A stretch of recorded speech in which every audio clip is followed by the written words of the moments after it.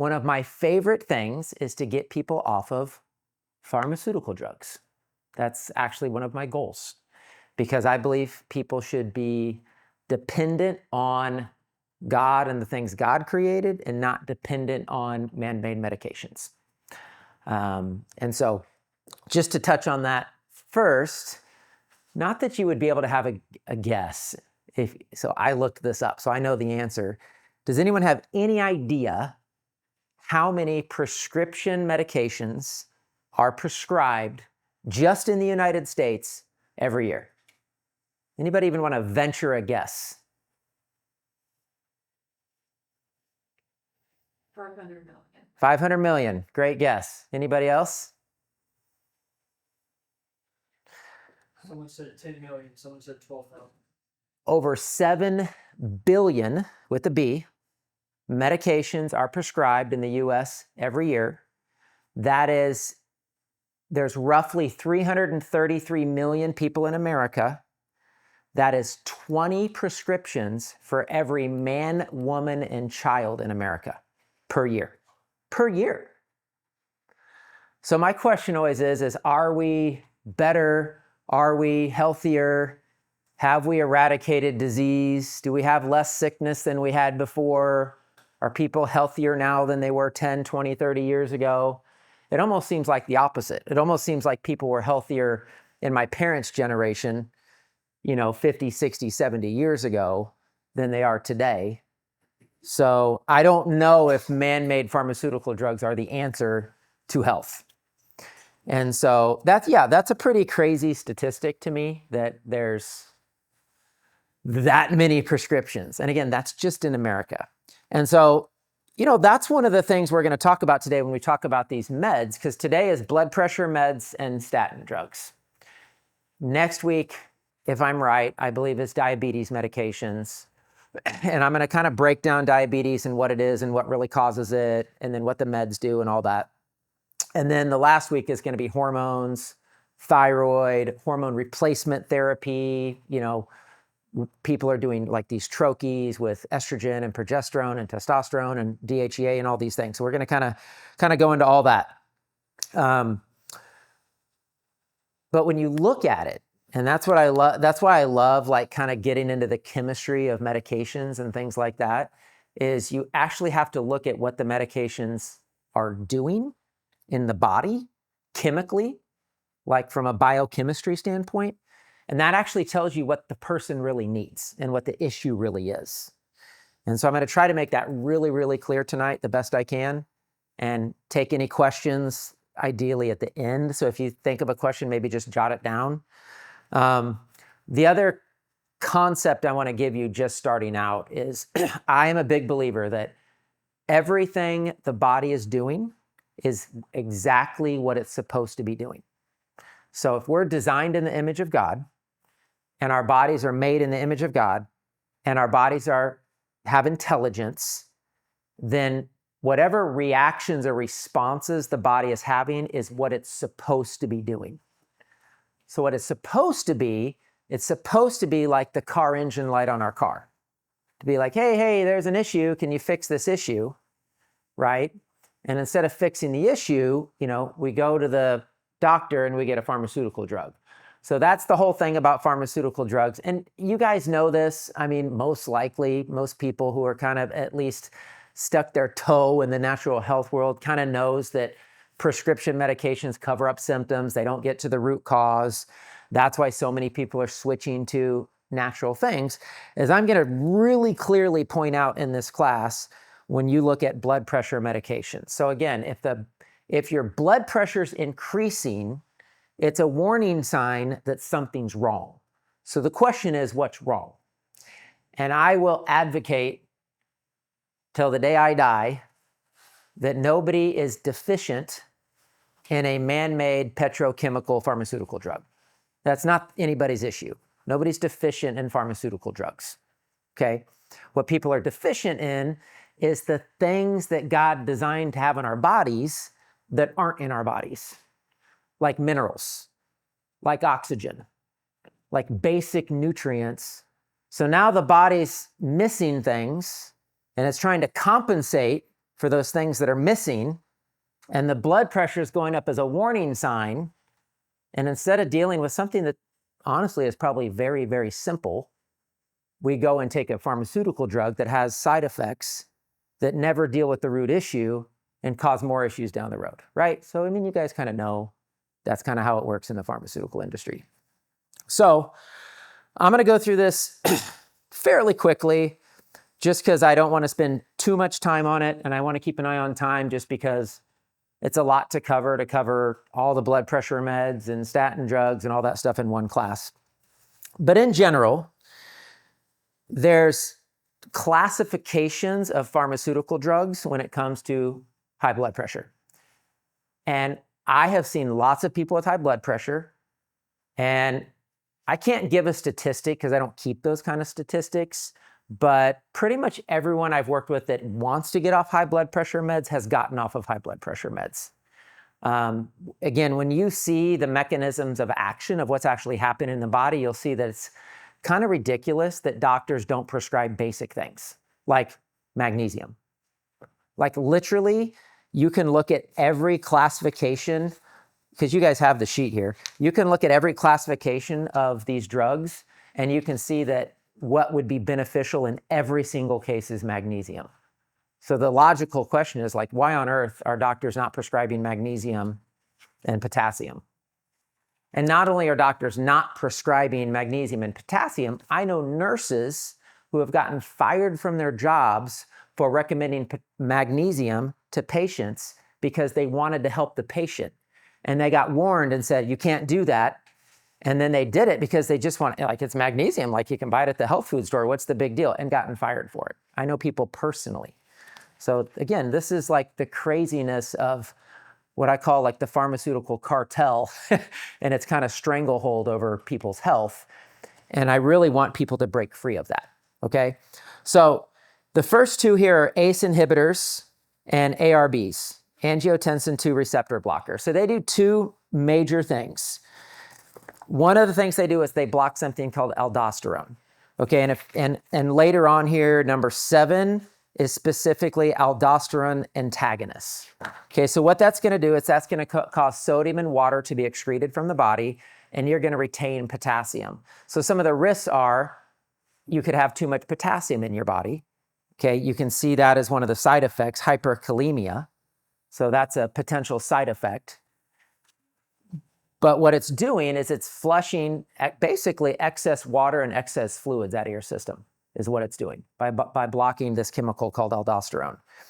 And so in essence, that's going to reduce blood pressure because a lot of people have these fluid retention, fluid buildup issues happening in the body, which again, in its simplest form is just an electrolyte imbalance.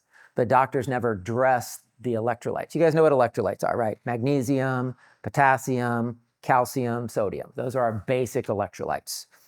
Okay, but this also blocks an enzyme called angiotensin 1 to angiotensin 2, which causes blood vessels to constrict.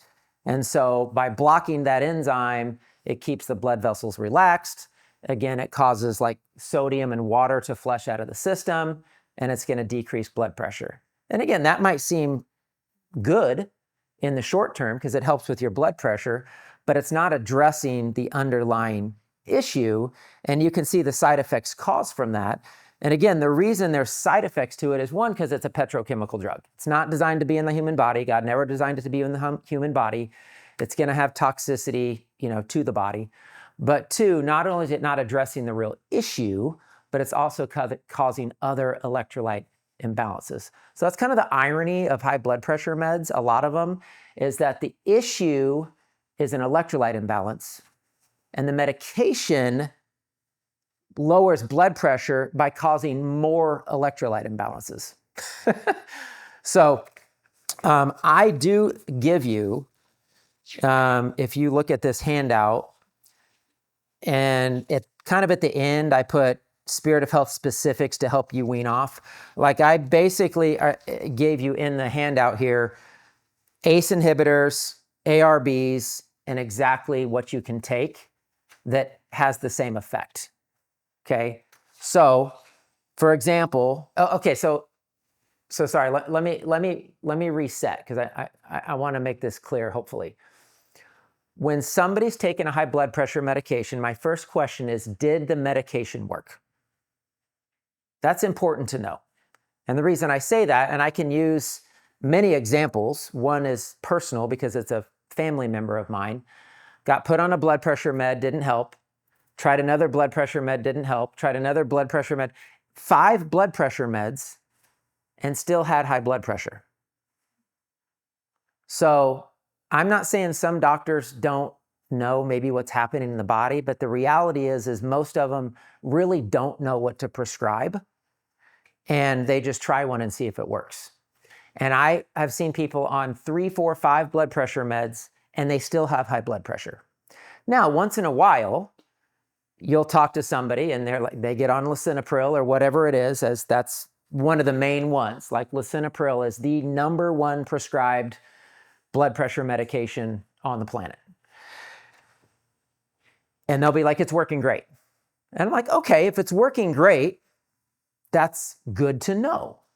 Because if it's blocking constricted blood vessels, that means you need vasodilators. That means you need something to open up the arteries and help increase blood flow.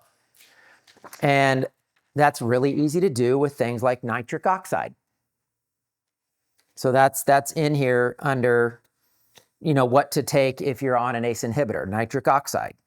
And then magnesium, magnesium, magnesium. I mean, you will see this on almost every case of medication that, and I don't know a statistics, I'm totally making this up.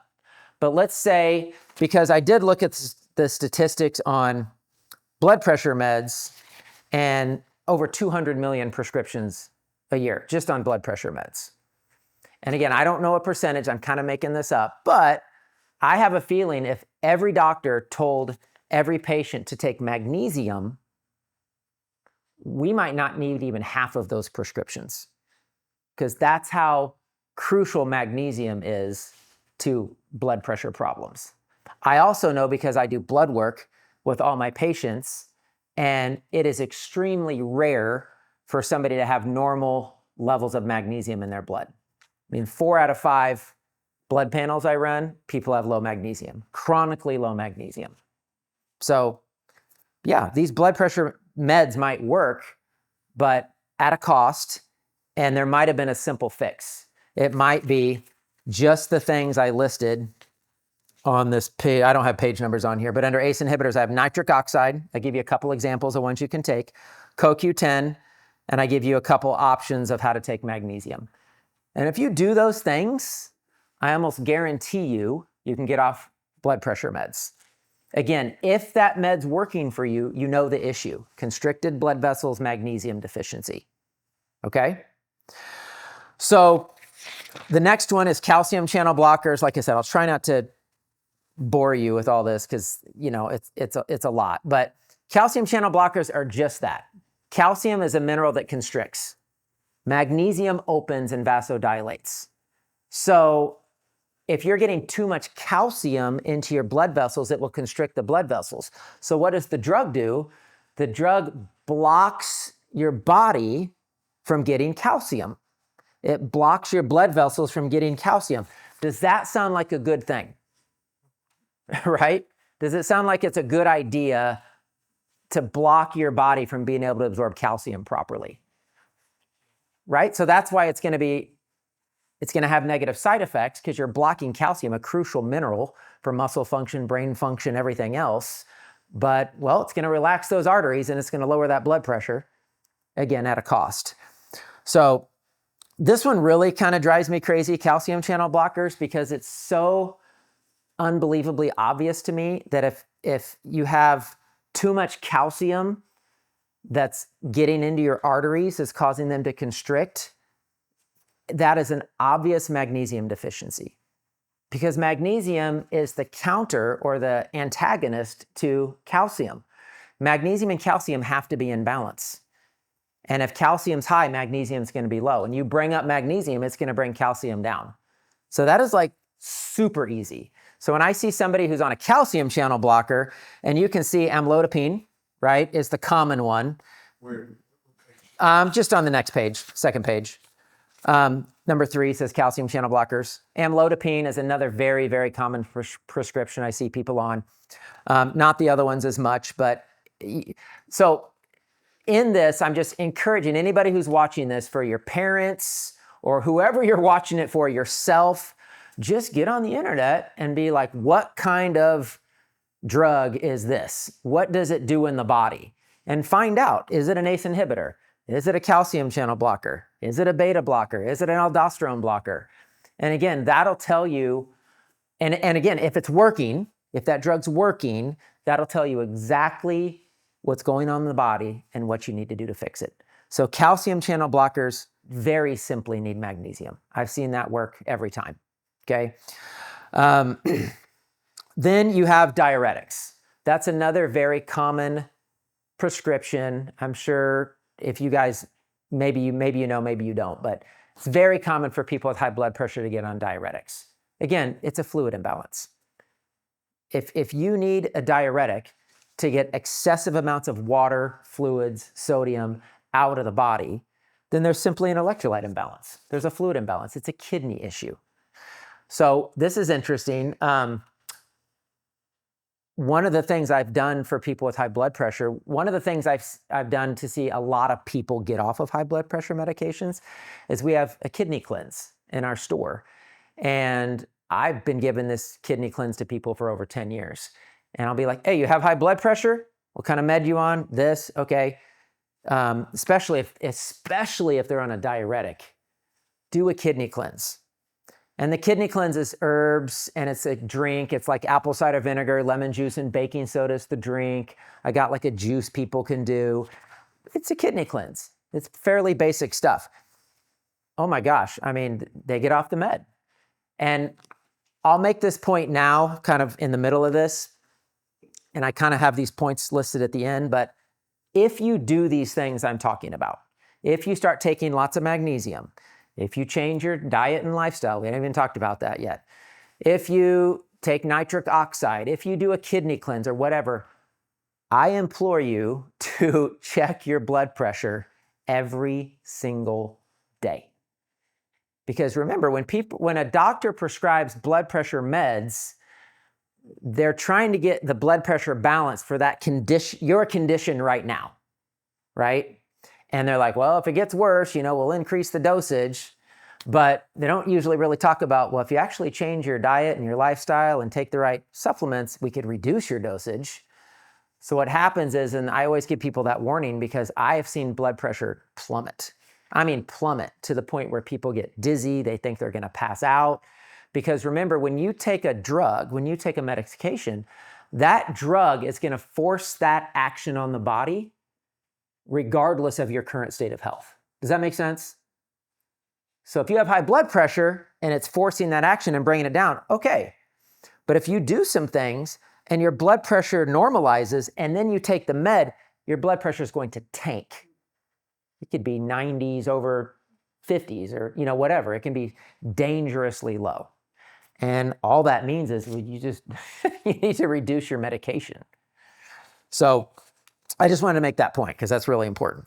So diuretics, number 4, fluid imbalances, kidney issue, work on your kidneys, do a kidney cleanse, increase acids in the body and in the kidneys. The kidney cleanse will help fix that. You can always refer to that sheet under diuretics. I put potassium cocktail, so increasing potassium, magnesium, hibiscus tea, and CoQ10. Quite a few of you, you'll see CoQ10 as well too. And we're going to talk about CoQ10 more with statin drugs because that's a big issue there. So beta blockers and alpha blockers, 5 and 6, block epinephrine and norepinephrine, which is adrenaline. So this can be an example where people are having high blood pressure because of stress. Have you ever heard when I get stressed out, that's when it increases my blood pressure? Or you've heard of white coat syndrome, like, hey, my blood pressure is usually normal and I go into the doctor and my blood pressure's through the roof, right? Because we're stressed out, we're nervous. So when we release adrenaline or epinephrine or norepinephrine, it's going to increase our blood pressure. Again, that's a natural response.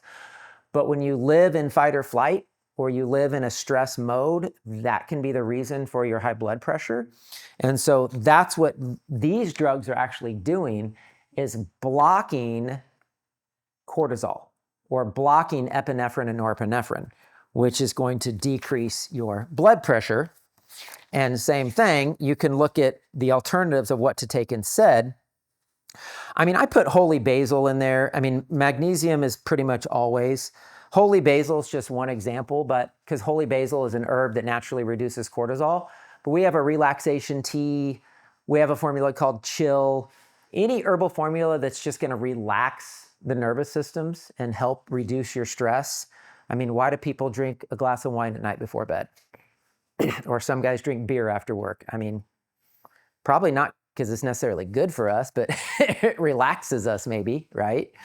So in that situation with beta blockers and alpha blockers, you need things to reduce stress and help reduce your nervous system, get you out of fight or flight.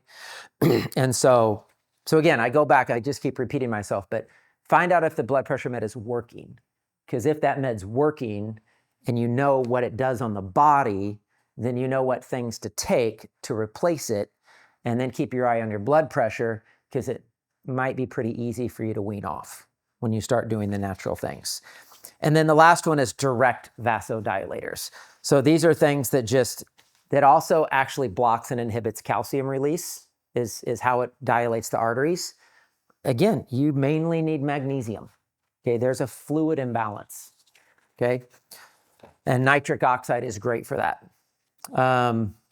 So I do go in the next page, I go into like some dietary stuff. Did I put that food list in here? I didn't, but I mean, if you look at the diet, fruits, vegetables, I mean, this is nothing fancy, like, right? Like, don't eat processed food, don't eat sugar, don't eat tons of baked goods.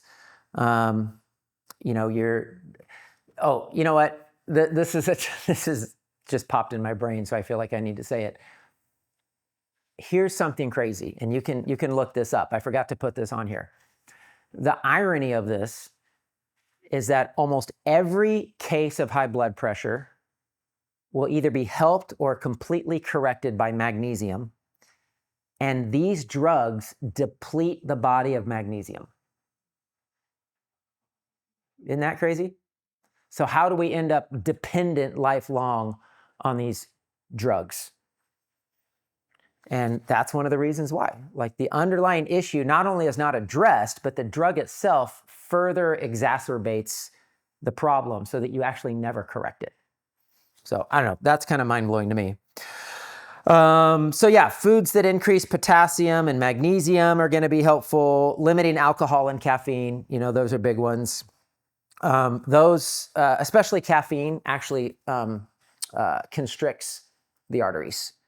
So there's a lot of people, and you just kind of learn by trial and error. Sometimes you have high blood pressure, you're like, I just can't drink coffee, it just raises my blood pressure. Well, that constricts the blood vessels, so that's why. So a lot of times people are just kind of figuring these things out like as they go. But you know, it's pretty common for people to be 10, 20, 30, 40 years into drinking coffee, drinking alcohol. And so again, if you have high blood pressure, the issue isn't that you need the pharmaceutical drug. The issue is these lifestyle habits deplete the body of the basic electrolyte minerals that God designed the body to work with. So 9 times out of 10, the solution to high blood pressure in some form or fashion is related to an electrolyte imbalance, is related to needing magnesium and potassium specifically. That's huge. You have too much salt in your system, increase your potassium, the body will dump the salt out. Got too much calcium in your system, increase your magnesium, the body will balance out the calcium and flush it out. They're just electrolyte imbalances. And then coffee and alcohol and things like that just make those things worse.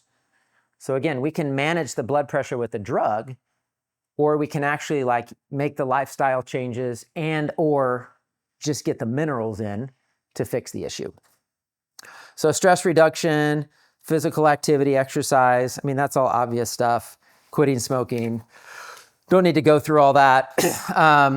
I do have a page here on Just if you're interested, this goes through different supplements that are kind of proven to work for different issues.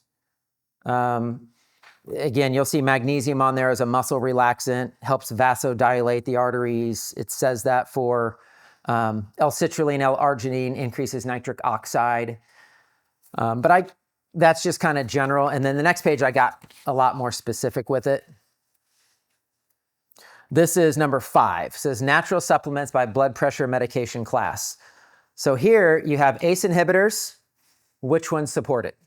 CoQ10, magnesium, taurine, which is an amino acid, beetroot juice. Even better would be like nitric oxide, because that's what beets are really high in nitric oxide. By the way, beets, if you're going to eat vegetables, beets is like one of the healthiest vegetables on the planet. Anything that's dark red or purple is really, really good for your heart. Have you guys ever heard that? So ARBs, calcium channel blockers, you can see calcium channel, but like I said, is very simple. Magnesium, celery seed, celery juice. Celery juice, interestingly, has the same effect on the body as a calcium channel blocker, celery juice. I've had people where they want to get off their blood pressure meds, and I just have them make this one change. Start your morning. The first thing you do in the morning for breakfast is have celery juice and then have lunch. And it's amazing how many blood pressure issues celery juice in the morning can fix. How much celery juice? I mean, like 16 ounces. Yep. Yeah, I mean, there's a, if you want to try it, if you're on a blood pressure med, you can make any of these changes you want that I'm talking about, but just try celery juice for breakfast every morning for a month and see if that doesn't change how much you need that blood pressure med, if at all. And again, you add magnesium and some of these basic things in it, you're going to realize you probably don't need these medications. So alpha blockers, anyway, I go through that and get more specific. And then I give kind of the last page is probably the most important. Well, the second to the last page, it says Spirit of Health specifics to help you wean off. So this is what I've used over the years in helping people get off of medications, specifically things that we have in our store. There's all kinds of things out there. There's all kinds of different options out there. But I'm giving you my list. And that way, if you are on, again, look up which med you're on. Hey, I'm on a beta blocker. You can look up here and you can try these things. Take CoQ10, take nitric oxide every day, take holy basil, increase your magnesium. Do those things, check your blood pressure every day, see if it doesn't start dropping. If it starts dropping, wean off the med. And you can do that for any one of these categories. I tried to make it as easy for you as possible. And on the very last page, on the blood pressure part, I have some important notes, which I've already maybe kind of stated in the class. I'm just going to reiterate them. Number 1, isn't it obvious that pretty much every high blood pressure situation can be helped by magnesium and or potassium? So the question is, why aren't doctors prescribing magnesium and potassium? So I don't know if you guys know this, and not to get into the whole history of the pharmaceutical industry, but in order to patent something, it has to be synthetic. It has to be a chemical. You cannot patent God's creation. I can't put a patent on ginger. I can't put a patent on celery juice, right? I can't put a patent on anything God created. So the only way man can make money is by making a drug that's a synthetic chemical that they can patent. So you guys might all know that, but I just wanted to make that clear. All right, so almost any high blood pressure situation can also be helped by some form of nitric oxide. I did put a note in here just because I've seen this happen only a couple of times. And we didn't really talk about that as one of the causes of high blood pressure, but there are people that actually have blockages in their arteries. Like if you've heard of atherosclerosis, where they have that's why people have heart attacks, right? So that's obviously a big issue. And so if you have an actual blocked artery situation, I have seen nitric oxide increase people's high blood pressure and make it worse. So that's kind of like a note of caution. It's pretty rare, but I've seen it happen. Most of the time, nitric oxide is going to be amazing for reducing blood pressure for all the reasons we just mentioned, depending on the type of pharmaceutical drug. Cayenne pepper, I didn't mention at all. So I'm just mentioning it here as basically like a cure-all for heart health, because if you increase circulation, you increase blood flow, you're going to have a very, very I'll just say what I've said before in the past, and I did a little 10-minute video on this that's on my YouTube channel. But I firmly believe if people take magnesium, a little bit of cayenne pepper, and enzymes, systemic enzymes, which I won't get into in this class, but I have one called Nepronol, but there's other ones out there. But if people take cayenne pepper, magnesium, and enzymes, it's impossible to have a heart attack or stroke. I've said that for years. I believe it to be true. I've never seen anybody I'm working with on those things ever have a heart incident. And what enzymes do is they basically go in and clean up the blood. From people get sticky blood. People are dehydrated, different reasons, but their blood platelets are coagulating and sticking together, and the Nepronol unsticks them. So if you look at blood under a microscope, the little red blood cells should be just floating by each other. And if you look at most people's blood, you'll see it's sticky. They call it rouleau. It's stacking on top of each other. So cayenne pepper, again, I didn't mention it, but it's like an amazing, amazing thing to add to your regimen every day. Did you have a question? Are you talking about like serapeptase? Natto would be the best. Serapeptase is great too, but for the cardiovascular system, nattokinase is the best. The Nepronol is a formula by Arthur Andrew Medical I've been giving to people for over 10 years. It has natto in it. It has serapeptase in it. It's got a bunch of different enzymes in it. It's got protease. It's got all kinds of heart healthy stuff. So that's the one I've been giving because it's specific to the cardiovascular system. But if you were to pick one, I would do natto over serapeptase. There's other reasons to do serapeptase, but natto is the best for that. So to get off of high blood pressure meds, when you change diet, lifestyle, exercise, supplements, note that your blood pressure will very likely decrease. And this is something, it's pretty unlikely that your doctor is going to like share this scenario with you. Like, does your doctor expect you to like do all these great things to get off the med? Like, they don't expect that. They're like, hey, come back every 6 months and we'll check it. And if your blood pressure is high, we'll up your med, right? Like, that's the typical scenario. So I highlighted it must be monitored daily because low blood pressure can be extremely dangerous. And so this is just what I've done over the years. You can do it how you want, but I put if your blood pressure is consistently under 120 and under 80, which is basically good blood pressure, try cutting the med in half and see what happens with your blood pressure. If it goes back up, okay, maybe you're not ready yet. If it stays the same, well, give it 3 to 4 weeks. And if your blood pressure is still fine and you're on half the dosage of medication, you could cut it in half again, and then you'd be on quarter dose. So that's a way you can just kind of wean off the medication. And again, if you're doing these things and you're doing these things right, you might not need the medication at all. And just throwing this out there, like if you do these things and get off the medication, you're probably going to live longer because you're actually addressing the root cause. And if your body naturally has regular blood pressure, that's obviously a healthier state than only having high blood pressure or having normal blood pressure if you're on a drug, right? And again, likely you have a deficiency in some mineral, magnesium, potassium, etc. So you need those minerals to function properly. Also keep in mind if your blood pressure drops dangerously low quickly, you need to reduce medication sooner rather than later. This is possible when doing the right things.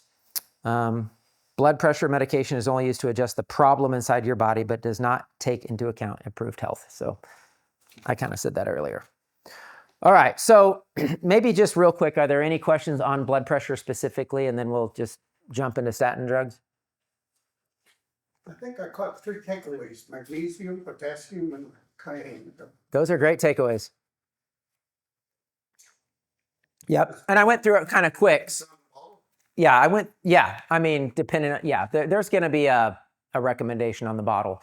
And you can look at my recommendations in here because there's Magnesium ER, which is the number one selling. We have 3,000 products, and that's hands down our number one selling product is Magnesium ER. stands for magnesium extended release. It's 7 different forms of absorbable magnesium. But I have it listed in here. If you read through this, I have magnesium oil foot soaks. You can soak your feet in magnesium oil before bed, which is amazing for sleep and helping people relax and sleep through the night. It's amazing what changes a person can see just doing high doses of magnesium. Muscle cramping, sleep problems, stress and anxiety, blood pressure. I mean, magnesium really is like the miracle mineral that everyone's deficient in. So yeah, those are good takeaways. But there's other ways to do it. Yep. There's ocean minerals. I list that in there too. So yeah, just look at some of those recommendations. Was there any other questions? Cool. Okay, statin drugs. Man, there's just not enough time to totally break it down, but I have done classes on my YouTube channel on cholesterol that are free, that anybody can watch. Years ago, I've done lots of classes on cholesterol and statin drugs.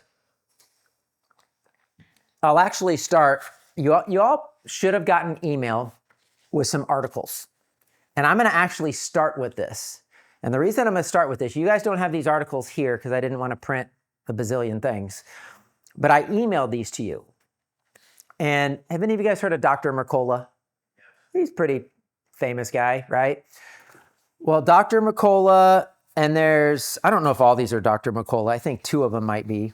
But one's titled, Statin Drugs Accelerate Cardiovascular Disease. And he's got studies linked to these. Run from your statin recommending cardiologist. 900 studies showing statin drugs are dangerous. And the reason I'm starting here is because these articles I got from a friend when I had just got into natural health when I lived in Las Vegas over 15 years ago. So I believe statin drugs, like I'm just starting off like intensely because that's kind of my personality. But I believe statin drugs is literally one of the biggest, if not the biggest deception in pharmaceutical drugs. Because if you look at any of these articles here, it'll blow your mind on how they manipulate studies, right? Like they'll do a study. I'll give you an example. This is real. They'll do a study. They'll take 1,000 people. They'll track them over a certain period of time to see if they have heart disease, stroke, whatever. And in the study, they'll be like literally like 0.1% of people had a lowered risk of heart disease or stroke. And then, they'll promote how statin drugs decrease your risk of heart attack or stroke and blah, blah, blah, because again, they either manipulate the studies or the study has very little evidence of it actually showing any benefit whatsoever. And that's the case with statin drugs. And the reason statin drugs are a big pet peeve of mine is because, again, I believe they're very, very, very deceptive. And they are the most commonly prescribed of all drugs. Everybody's told by their doctor, oh my gosh, your cholesterol's high. You got to take this to prevent heart disease or stroke. If you don't take it, you could have heart disease or stroke. And that is such a lie. It is such a total myth. And so I would really encourage you guys, it's kind of like talking about vaccines. Like you can just believe me or you can actually do your own research because there's tons of research out there, right? I just know about a lot of these issues because it's just the world I live in, right? So, but the big problem with statin drugs is, and you guys might have heard this. I didn't put this in the notes, but they've changed the numbers. Like it used to be like 230 was okay, and then it needs to be 210, and then it needs to be under 200, and they keep changing the number so that they can prescribe more drugs. But I will actually mention number 3 here. So if you're on the cholesterol like notes, what the statin drugs do is they actually target an enzyme, a liver enzyme, that helps your body produce cholesterol. So the simplicity of it is you're taking a drug that's disabling your body from producing cholesterol. So if you go back to looking at it from my worldview, which is God's design, If the body is designed to produce cholesterol, maybe it's not bad. Right? Like, to me, that's just common sense. And there's zero proof that somebody having high cholesterol is at high risk for heart disease or stroke or anything. Because cholesterol in the blood doesn't mean it's plaque, doesn't mean it's blocked your arteries, doesn't mean it's accumulated and caused some blockage. There's no proof of that. So in here, I have, where do I have it? It's number 9. It's positive roles and benefits of cholesterol in the body. So again, I'm just making the point that you're taking, if you're on a statin drug and your doctor feared you into taking a statin drug, you're blocking your body from producing cholesterol. And this is what cholesterol does. It maintains your cell membrane fluidity and integrity. So you're actually breaking down your cell membranes once you stop your body from producing cholesterol. It allows the cells to function and communicate properly. All of your hormones, estrogen, testosterone, progesterone, all your hormones are made from precursors from cholesterol. So you stop your own hormone production when you get on statin drugs. It affects your ability to absorb vitamin D. It affects your liver to produce bile, which is crucial for digestion. It is crucial for shielding the nerves, the myelin sheath. If you've heard of MS, multiple sclerosis, where the myelin sheath are breaking down inside of the body, that myelin sheath is made of cholesterol. So you're breaking down your nerves and causing brain issues. Do you know they actually nickname statin drugs the mind eraser or the memory zapper? We saw my wife's grandpa go from fully coherent, grandpas, kind of snarky and jokey and, kind of giving people a hard time, right? He went from fully good brain function to having high cholesterol and getting on statin drugs. And over the course of 2 years, just his brain function just went gone because he was already in his 80s. That's sad. The body produces more cholesterol when we're stressed. The body produces cholesterol when there's inflammation to put out fires. So it's actually very normal for somebody to have high cholesterol when they're stressed out, when they have inflammation in the body, when they have other things going on. So again, there's so many reasons, normal, good reasons, why your body produces more cholesterol because of the problems going on in your body. Your body doesn't make mistakes. Your body didn't produce cholesterol as a mistake. So that's why I believe statin drugs are one of the biggest deceptions in the medical industry. And obviously, I'm pretty intense about that. All right, so we talk about what does it do. So you decrease. So now I'm kind of back towards the beginning. Mechanisms of action. Number 3, what is it doing? You're decreasing the cholesterol production in your liver. You're lowering your triglycerides. And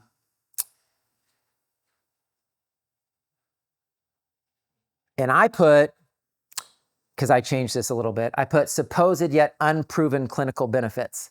So again, the medical system will tell you reduced risk of heart attack, stroke, progression of atherosclerosis, cardiovascular death. But again, if you actually study the research, the studies, if you read in the American Journal of Cardiovascular Drugs and some of the references, the 900 studies of how dangerous statin drugs are. Again, this was written 15 years ago. This is nothing new.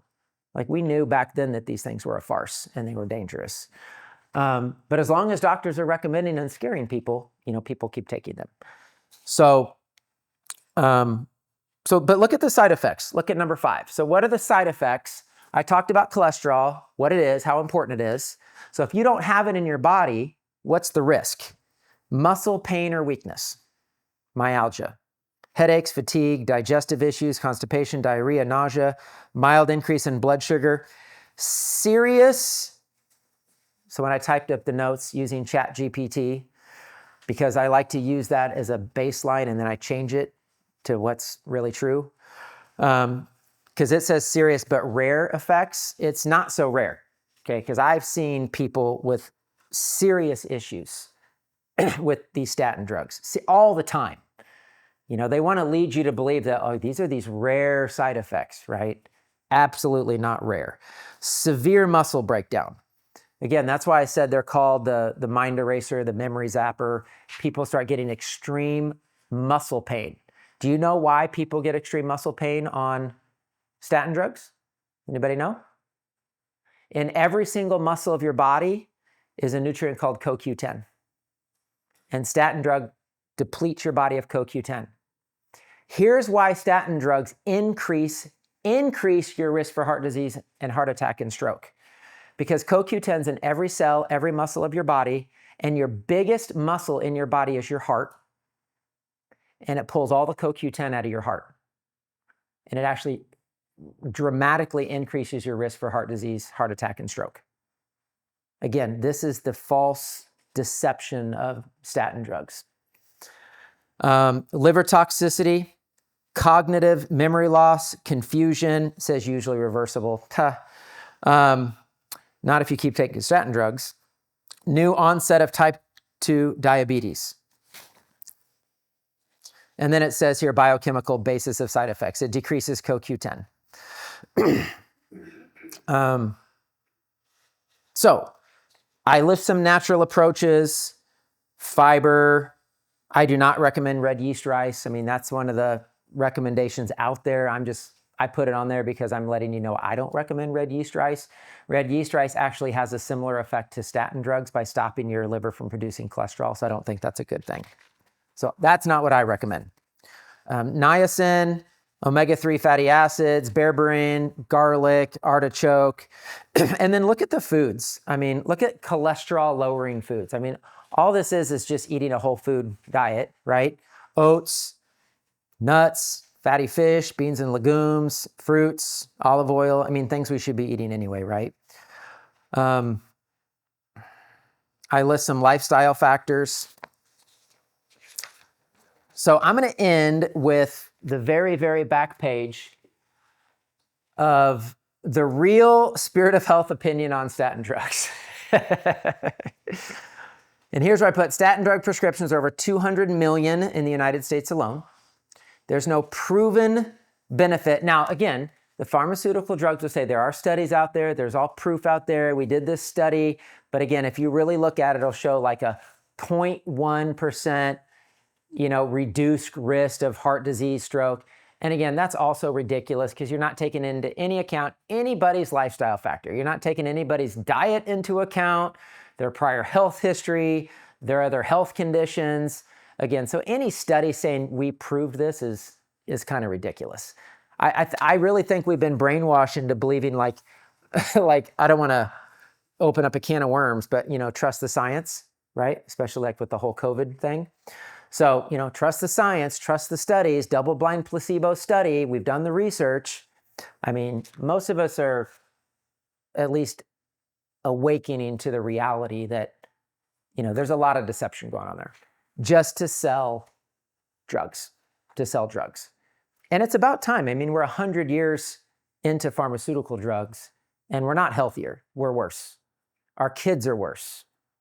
Cancer's increasing, diabetes increasing. The statistics are just through the roof. I mean, they say by 2050, 1 in 2 people will be diabetic. 1 in 2 people are going to get cancer in their lifetime. Now they say that. Autism's 1 in 31. I mean, it's outrageous what's happening. And so I don't think pharmaceutical drugs are the answer. So that's kind of the point I make on C. Although regularly prescribed by the millions, it doesn't mean it's safe or right. Sadly, science is often manipulated for the sake of profit. I believe the harm and risk of statin drugs far outweigh any possible and unproven benefit. And so this has been my joke, and I've said this for years, and I actually have proven this out with patients who have tried this, and I tell them, when you stop taking your statin drug, I want you to be aware that the main side effect you might immediately feel is you might start feeling better. And it's true. I've had people because they don't know. They just listen to what their doctor said, and they have, the muscle cramps and the memory issues and all this stuff happening. And I'm like, and I talk them through it. I'm like, hey, research it for yourself, but here's my opinion on it. They stop the statin drug. Oh my gosh, the muscle cramps go away. Oh my gosh, my brain's working better. So yeah, I really don't, and I don't say that loosely. I mean, I obviously have a responsibility, as a naturopath to help people, work with people. And statin drugs are the only drug I recommend people stop immediately because there's no benefit, only negatives. If it's any other blood pressure meds, antidepressants, anxiety meds, diabetes meds, all other meds for the most part, I am going to help people get better, wean off the med, make sure they're okay, make sure their body's in a good place that they don't need the med. Like, that's the ideal scenario. It's not the case with statin drugs. There is zero reason to take a statin drug. Okay, you want to decrease your risk for cardiovascular disease, do these other things. You want to decrease your cholesterol, it's pretty easy.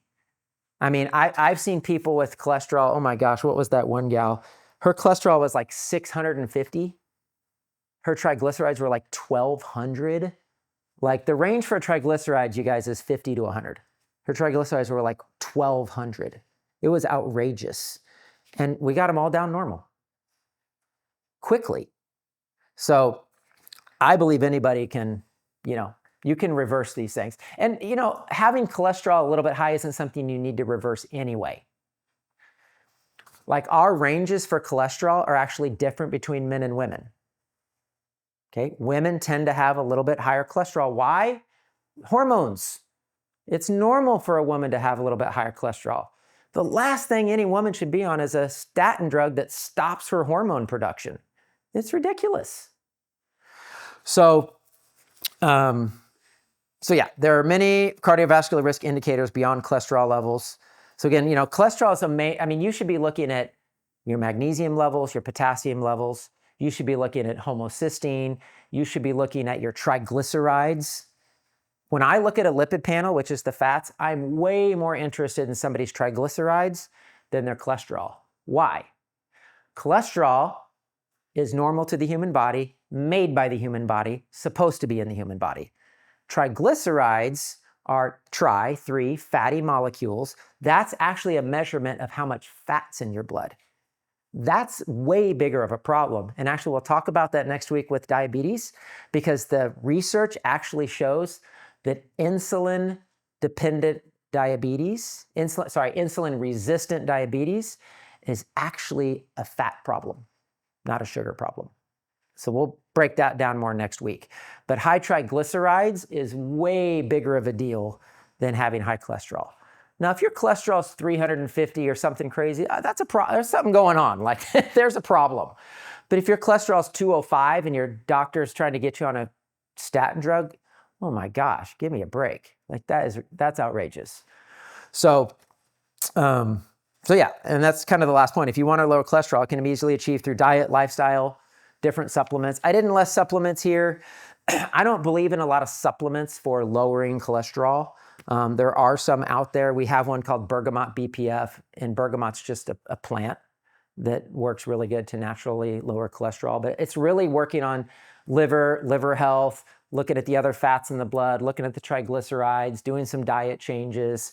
It's honestly pretty easy to get cholesterol down if somebody's worried about that.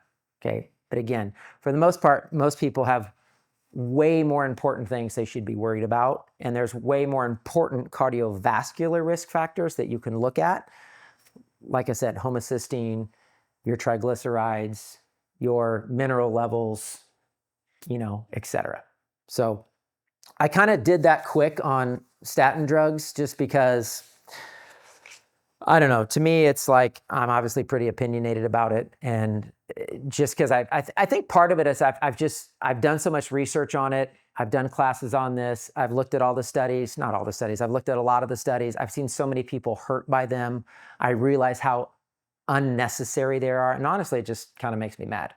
So my heart, just so you know, is like for people to be well, to people not need a medication, to not be misled by the doctors. Like, what's the craziest thing? I mean, I don't know if you guys have had these experiences, but like, I live in this world, so I see these experiences, like doctors telling people they're going to die if they don't take a statin drug, or they're going to die if they don't take this blood pressure. And what a horrible thing to say to somebody, right? Literally when they have no idea. They have no idea if that's true or not.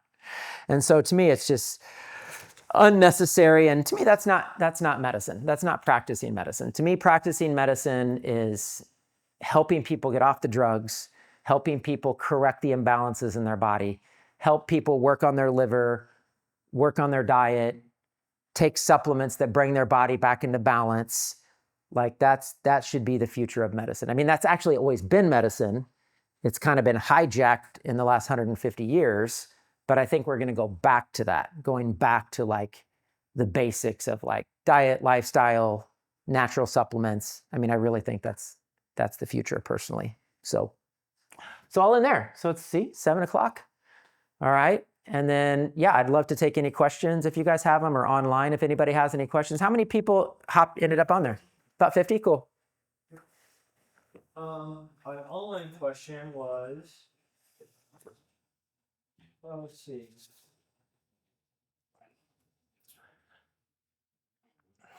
What time would you recommend checking your blood pressure daily? My husband takes his blood pressure meds at night. Should we check it right before he takes his meds? No, I would just check it once every morning, first thing in the morning. Restate the question. Oh, sorry. So when should we check our blood pressure? I mean, if you're really concerned about it, you can take it morning and night, but I would just take it first thing in the morning, because that's when your blood pressure should be the best, is first thing in the morning. And it could raise slowly over the course of the day just because of stress, anxiety, diet, things like that. So first thing in the morning for sure. And then if maybe a good way to do it, what I've had people do it, if especially early in checking it, is check it morning and night, just to see if it's changing or fluctuating during the day. If it's not, don't worry about it, just take it in the morning. But some people's, it's creeping up during the course of the day because of those things, because of stress or, foods they're eating or whatever, coffee, whatever's maybe causing it to spike a little bit. But if it's not fluctuating, just take it first thing in the morning. And like I said, if it's getting low, then, might be time to wean off the med. So. What kind of blood pressure machine would you You recommend? can just get a blood pressure cuff on wherever, Amazon or whatever. I don't have like a brand or anything particular. I think the one we have is called Omni, but there's lots of different ones out there. Yeah. Anything else? Did you say there was another one online? This is a parasite question. It says, I've been seeing floaters, paracams. Are those parasites? Yeah, I believe eye floaters are parasites. You want to say the question or? Yeah, so the question was, I've been seeing floaters. Is that parasites? And yes, I believe if you're talking about eye floaters, where you close the eye and you see something squiggly floating by, or even if you have your eyes open, you feel like you see something squiggly going by in your eye, it's parasites, yeah. We actually do have more. Are antihistamines for seasonal allergies safe for your liver and other organs? So no, antihistamines, same kind of thing. So your body produces histamine. So the question was, sorry, I was are antihistamines okay, and are they safe for the liver? So kind of like I was saying, regardless of any medication you're taking, the body's responding to something. So if you're having a histamine response, there's something in your body that your body's responding to. People can have histamine responses to seasonal allergens. People can have histamine responses to foods because of like food allergies. People can have histamine responses because of parasites and other infections in the body. So if your body's having a histamine response, there's a reason for it. So of course, people take antihistamines because it's going to provide immediate relief. This is something I learned that was really cool. I actually learned this within the last year because I have a couple histamine products. I have one called D-Hist, and I've seen that work for people. And then I have a couple things, and then I've had people that they just didn't work. And I had a gal come in one time and she goes, man, I've been taking this. It was a prescription, over-the-counter prescription, because you could tell it had the pharmaceutical box and it had the label, and you can kind of tell that what's a prescription. And I looked at the back, and she goes, "This is the only thing I've ever found that works." So I looked at the back of the box, and it was kidney. It was glandular. It was from porcine, so it was pork. It was pig. It was basically pig kidney that she was taking. She's like, "It's the only thing I found that worked." And it just recently, at that time, I had started working with a company called Heart and Soil because I'd heard so many good things about their products. And the Heart and Soil product line is all glandulars. So what a glandular is, it's a gland from an animal. So like you might have heard of taking beef liver, eating liver, like that's like a glandular. But you can do thyroid, you can do, all kinds of glandulars from animals. And that's a very Chinese medicine concept of like cures like. You have a kidney problem, you take kidney, you have a liver problem, you take liver. But so she had this product and it was kidney. And I had just heard about this product called histamine and immune. That's the name of the formula, histamine and immune. The first ingredient is kidney, and it has spleen and it has thymus, all the immune glands in the body. And I learned, I'm like, why is this working? I was just curious. I looked it up. I found that the kidneys produce an enzyme that blocks histamine response from happening in the body. That's a natural thing the kidneys are supposed to do. So taking the kidney glandular, now I give anybody I'm working with that has a lot of, allergies, histamine responses, they're breaking out in hives, they're allergic to everything, whatever. I give them that histamine and immune, and it has been a miracle. So I guess to answer the question is one, there's natural things you can take that work that are probably better for your body. And two, you should find out what's causing the histamine response. Because if it's a food allergy or if it's parasites or whatever it is, you need to deal with that issue or it's just going to be an ongoing thing. So, sorry, that was a long answer, but. Have you seen anything with salt, increasing salt intake, like I'm talking about sea salt, Right. and reducing allergen response? I mean, I know I've heard David Wolf been on things with him, and he seems to claim that is something that can help with allergies. But I honestly haven't heard that. So the question was, have you heard of like increasing salt helping with allergens? And I haven't heard that. So I honestly don't, and I've never tried that. So I couldn't really speak on it. I've got another question that's about oats. Mhm. And this doctor, I forget what his name is, but he's like the famous Hollywood doctor that's on YouTube. Dr. Oz? I think it's Dr. Oz. Oh. He supposedly lost a lot of weight. Okay. But he has these things that come, if you're looking at YouTube stuff Sure. comes up. So at any rate, he says oats are bad for people. Don't eat oats. Oats are for horses. Haha, that's funny. I don't know what his reasoning for why he thinks oats are not good, but what's your Probably lectins. I mean, I don't buy into all that stuff personally. And the reason is because, and just use the internet, for example. Type in your search, what is good about eating eggs? And then type in what is bad about eating eggs. What is good about eating oats? What is bad about eating oats? I mean, you can literally find a positive and negative to every food on the planet. Don't eat fish because it's high in mercury. I mean, right? Like it's kind of ridiculous. So I just personally don't buy into all that stuff. Now I do believe in eating a whole food diet and eating quality foods and eating organic if you can and, whatever, eating clean meats. I mean, I believe in all of that stuff, but I don't really, and I do give people diets, mainly because people have autoimmune responses and maybe should be avoiding gluten or, things that trigger immune responses and things like that.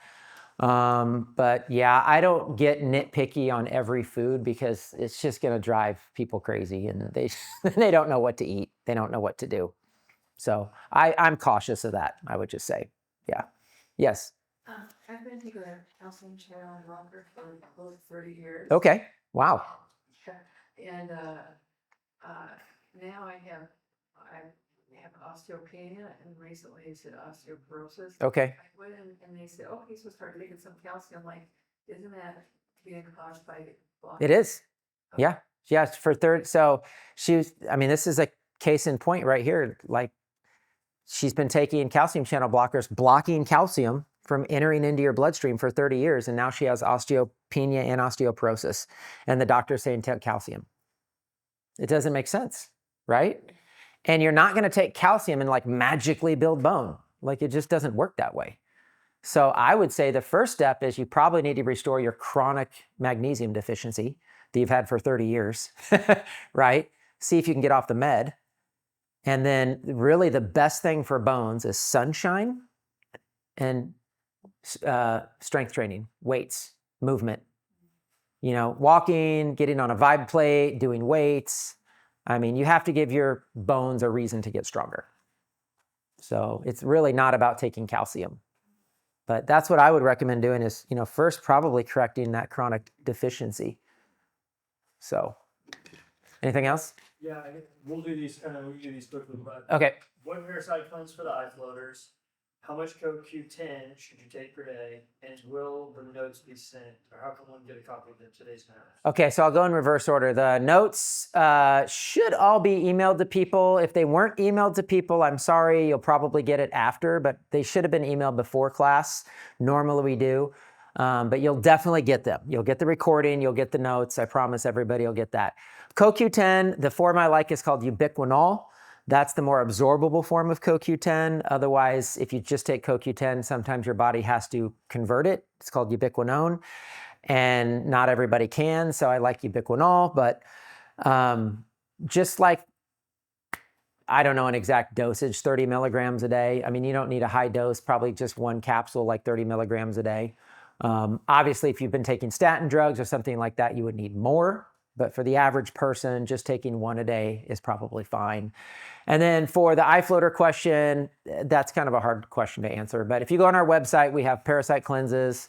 We have multiple different parasite cleanses. I like the CellCore Advanced Parasite Cleanse, probably the best, because I've seen the best results with it. So I just start there, look in your stools, see if you see anything, pay attention to any changes in your mood or emotions, but really just look in your stool and see if you see anything abnormal.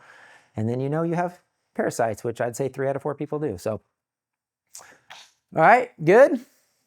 Okay, well, thank you guys for coming out. I appreciate it.